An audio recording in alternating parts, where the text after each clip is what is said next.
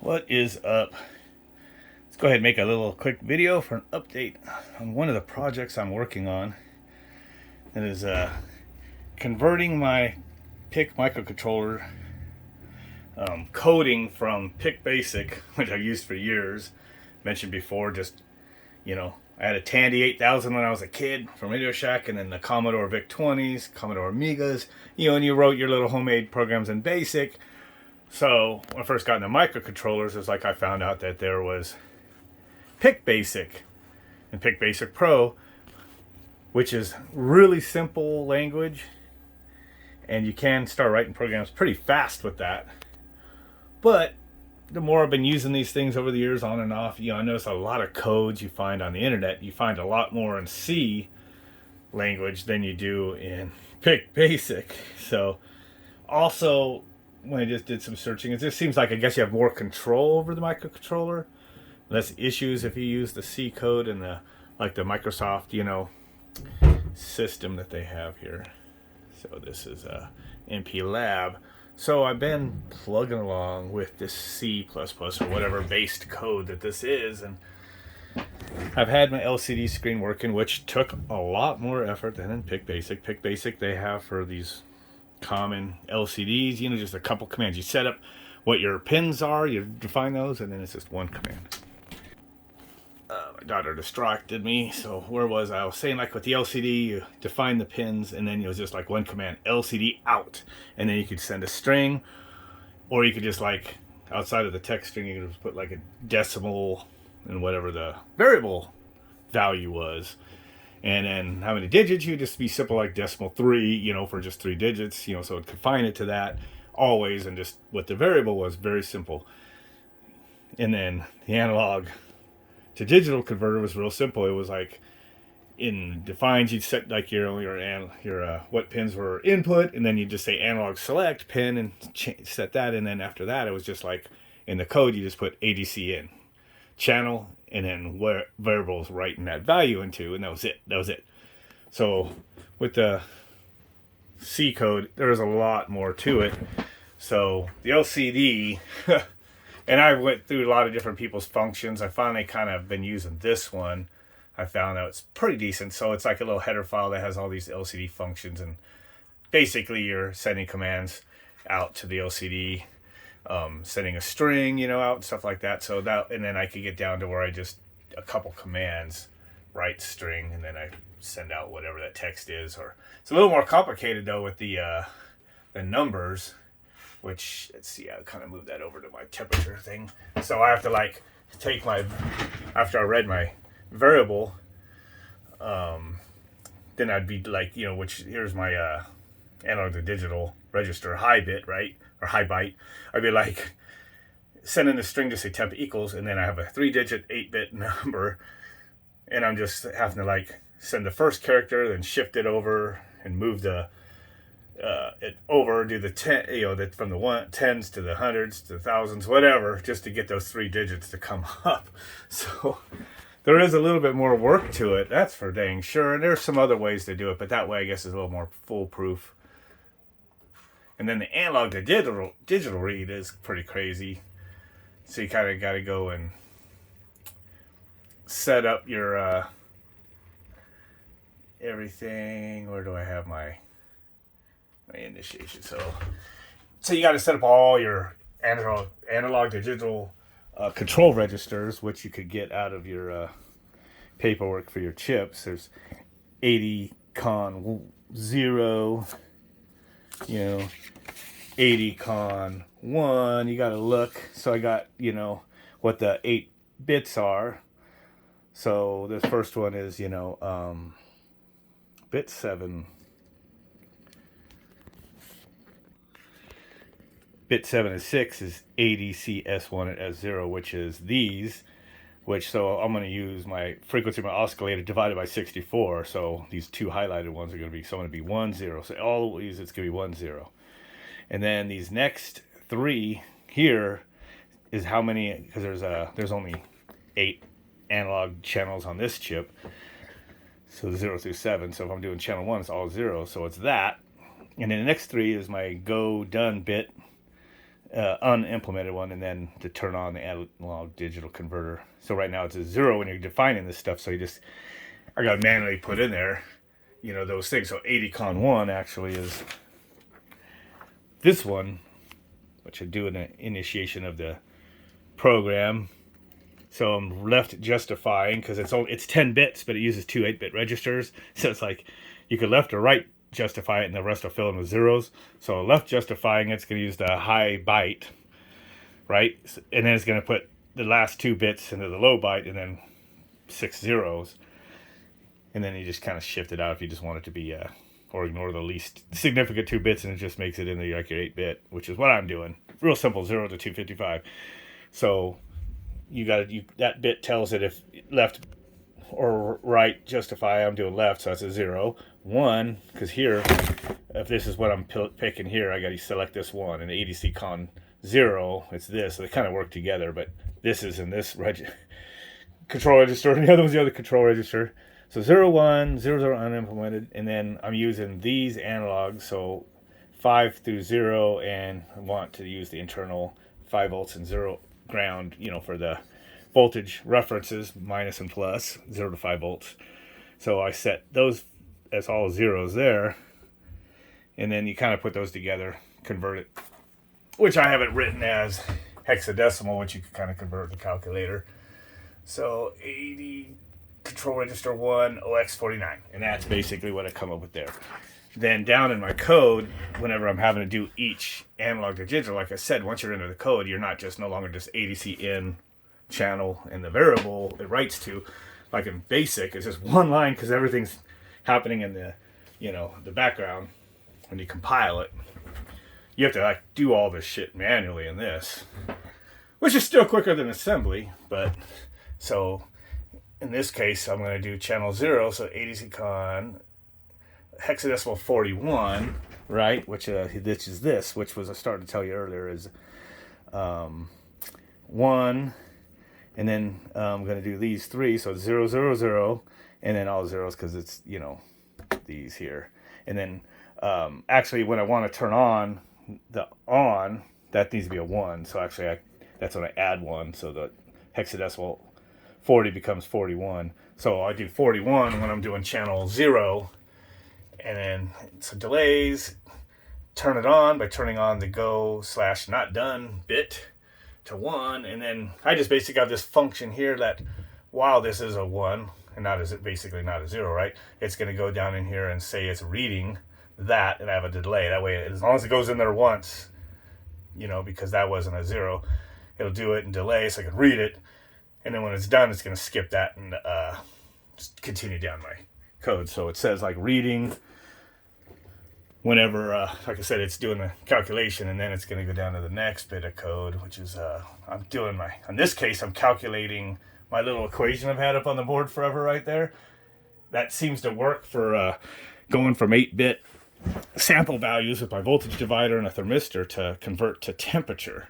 So that's what that does, and then now instead of reading 0 to 255, it's actually reading a temp that it's going to then display. My temp for water heater, that was what first input's going to be for a thermistor, equals the high bit, analog to digital register high. And then I'm going to subroutine temp display, which is hidden in this little header file I got here. And that's when it goes and it's going to set the display, the temperature, and put, like I said, put those 3 decimals, sending them 1 at a frickin' time, man. Pretty crazy. If I learn some faster ways, I'll learn it, but, getting along, chugging along.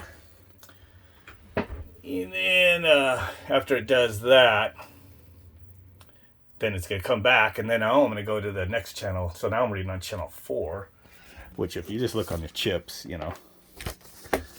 I kind of wrote down what's what. Channel 0 is water heater temp, and then 4 is at my temperature for my suction line. I'm just doing temp. So I have the thermistor hooked up to 0, and I have this potentiometer hooked up to 4.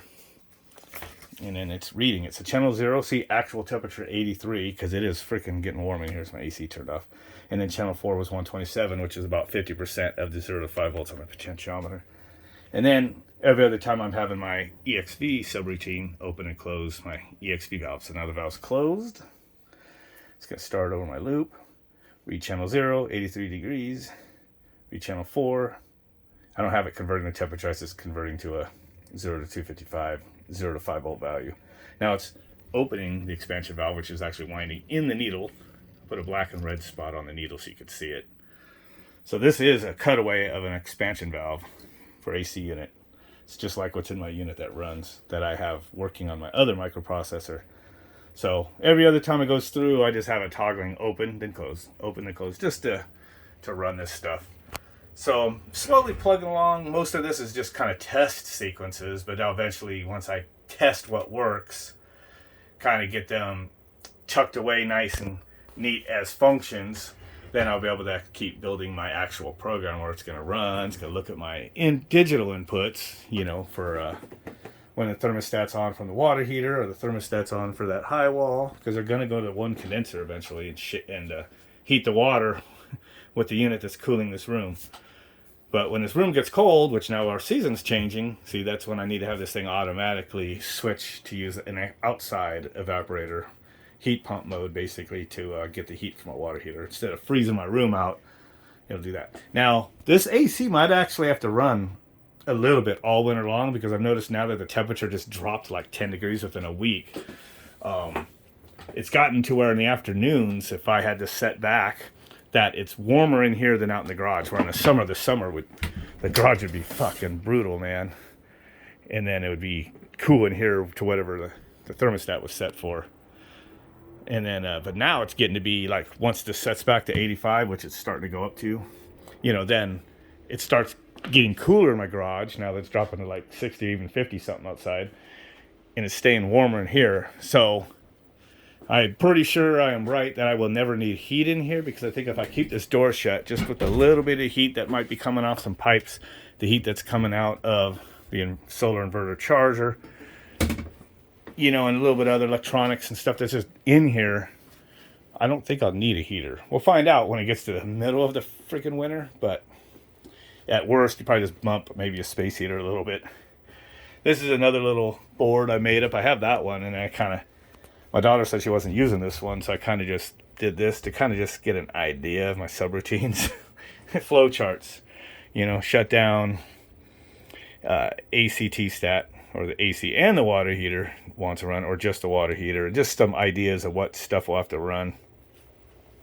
I'll work on that and then kind of keep messing with it in the code to where it works. So this MBLAB, it does, like I said, has a lot more control than you get with your PicBasic Pro. Plus, there is a way to do debugging and stuff. Do some other kind of cool stuff. You could test things. You could put breakpoints so it can stop in a point and then read what the registers are. That's pretty cool. Tells you what your memory is. So there is more control. It just seems like there's a lot more to it. So, and code starting to get pretty big, but I am learning more and more stuff. Like, you could if you're done with something, like up here's my EXV closed and the other one's the EXV open, I could just hit this button and kind of shrink it and see it just says there's 45 lines tucked in there. So if I'm happy with this, I just don't want to scroll past all that all the time from the top to bottom, you can just kind of minimize it. There we go. And then it's, kind of hidden right there. So there's over 90 lines of code that just shrunk to those two spots right there. And then now quickly could scroll down to where I'm initializing my program, and then the main overall loop, which is that. So been watching some videos, looking up some code, and it's just a lot of trial and error. Some stuff will come. So today I finally did the analog to digital for the first time with the C code instead of PicBasic. And it took some playing around, but it works. I'm glad I was able to type my whole equation in there, because with PicBasic you cannot just shove it all in like that. I had to do it in steps, do this and then the other little things, and then do more than one line to get that whole equation done. Where in this, I noticed I just shoved my equation in there and it fucking worked.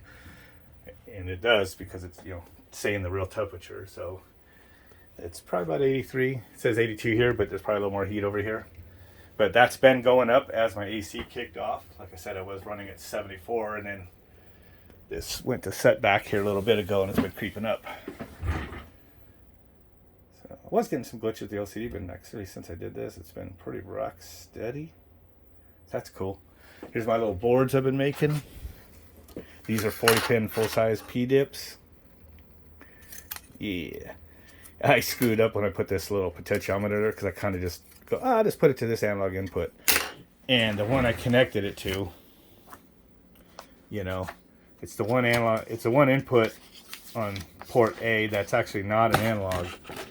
It's a RA4, does not have an analog on it. So you got analog 0, which is on RA0, port A0, analog 1 on A1, analog 2 on A2. It just seems to line up until you get here, it skips this. So analog 4 is now on analog 5, and then analog 5, 6, and 7 are on the E port, 0, 1, and 2. So I was like, fuck, I screwed that up. And I actually had my code, you know, I was going to use that, so I had to change it, but I etched the board where this thing is actually connected there. So for right now, I just had to put a little jumper on there, but that's cool. I do have, when I can get my not etching, but my CNC milling abilities a little better for some projects, I did also buy some of these. And it's the 887, but on, you know, surface mount. So obviously, those take up a lot less space than that. And I have to get everything pretty much perfect on my CNC to get the traces that close, but yet not to where the solder is going to, you know, got enough separation, isolation, whatever you want to call it. Anyway, just rambling on, 16 minutes. This is just a off-the-cuff video. Thought I'd just share. I know a couple people that are on the channel do some coding, so they can chime in. Maybe give me some, what they think about some of that stuff, or some shortcuts, or some other stuff I could look at. So I found a couple YouTube channels. There's one on there that a guy from a university actually put out some of his videos, and the way he explains it and his code looks real solid. And it's for some university in another state. You could probably sign up for it, but to get his documents, to like all the coding and just everything, you know, for the MPLAB, I don't have access to that because I'm not registered to his class. And it seems like he'll do a video and he goes, and this is what we're going to do in the lab, and he'll do kind of like the video's kind of intro of it or whatever. It could be like a 30-minute, hour-long video and stuff, but then it seems like I'm not getting the next part on YouTube. He only has so many parts of it on there. You're not getting everything from that particular lab or whatever. So I'm like, dang it. But it still was pretty cool. Ricky Castles, I think, was his YouTube channel. So he's the instructor. I like that one. That was pretty good. When you look on there, there's so many people that have, you know, their accent is from India, and they all have like their own little way of doing something. So you start watching those videos, and it's like there's not a lot of continuity in there between one person and another. And it seems like a lot of these people is like they just learned it, and then now, hey, I'm going to teach you how to do it. And you just see it's kind of weird. Some of them guys are pretty smart, but it just seems like there's a lot out there that are just doing it to get YouTube videos. So you have to kind of filter through all that stuff, you know. But anyway, the other thing about this, you know, versus the PicBasic is this is made for that. So if I unplug the power from my thing, it'll say that the target was removed. So actually, anytime this circuit's powered up, this PIC kit, you know, sees it. See, now it says right there, PIC 16F 877A found. So that's an 877A. This one's here is an 887. The pins are laid out the same. This one has a few more analog channels and some more hardware in there. I'm saving that one for if I could get okay with this. One reason I'm shifting to this is I want to be able to get to doing some coding to actually do a little more hardcore stuff, like interface with what do you call those, BDC, brushless DC motors, which essentially is what all our ECM motors are, to where I can actually make a board with all the not triacs, but the MOSFETs on it, and some chips to drive that, and set up the detection back to, you know, an interrupt input or whatever on the chip, so it gets its position, and then have the coding to where it's actually sending out the polar, the pulse width modulation and turning on which of your outputs, so it does 1 2 3 1 2 3, of your three-phase DC, essentially permanent magnet motors. So if I can get that working pretty good, I might actually be able to run some of those ECMs myself without their modules. Might be able to run a compressor, the smaller compressors like that I sometimes get out of a mini split where the electronics was bad but the compressor was good, stuff like that. I did, for messing around, kind of buy one of these because it's so cheap. Somebody made again on Amazon, and this is a BDC driver, but it's only good up to 60 volts. You see all these batteries. I actually stuck like a ECM on there, and it kind of runs it, but the ECM motor, of course, was high voltage, so I had a little bit of trouble getting it started. But once it was running, it was like I had like a outdoor fan motor for ECM motor. It was kind of weird, even with only 60 volts, man. I cranked it up and I couldn't even stall that motor, man. It seemed like it had a lot of torque, even though it was running on 60 volts and not 300. Anyway, the problem with me, of course, is just I do this a little bit, and then so many days I don't do it, and then I get back to it and I don't do it, and I'm like, dang it. And then I keep changing, like I was really using those PIC 16F690s. I even started having trouble getting those, so I would find some, buy like a lot of 20 of them and stuff, but I think they're considered obsolete now. The 877A and the 887 are way more popular when you're looking up code, so that's pretty cool. And then these are actually starting to get not as popular. They still are, but I need to get start getting like some newer ones, because there is some like Microsoft Code Configurator, man. You plop that and it gives you a tool to like, this is what's analog, this is what's digital, this is what's going to be outputs, this is just all the different things that you need to set up your chip for what you do, and you just kind of go through it like I do on here. This is an input, this is an output, this is analog, this is pulse width modulation. But that code configurator kind of breaks down for your chip all the stuff. You kind of just check it, and then it generates all the code, and you slam that in the beginning of your C code, and then there you go.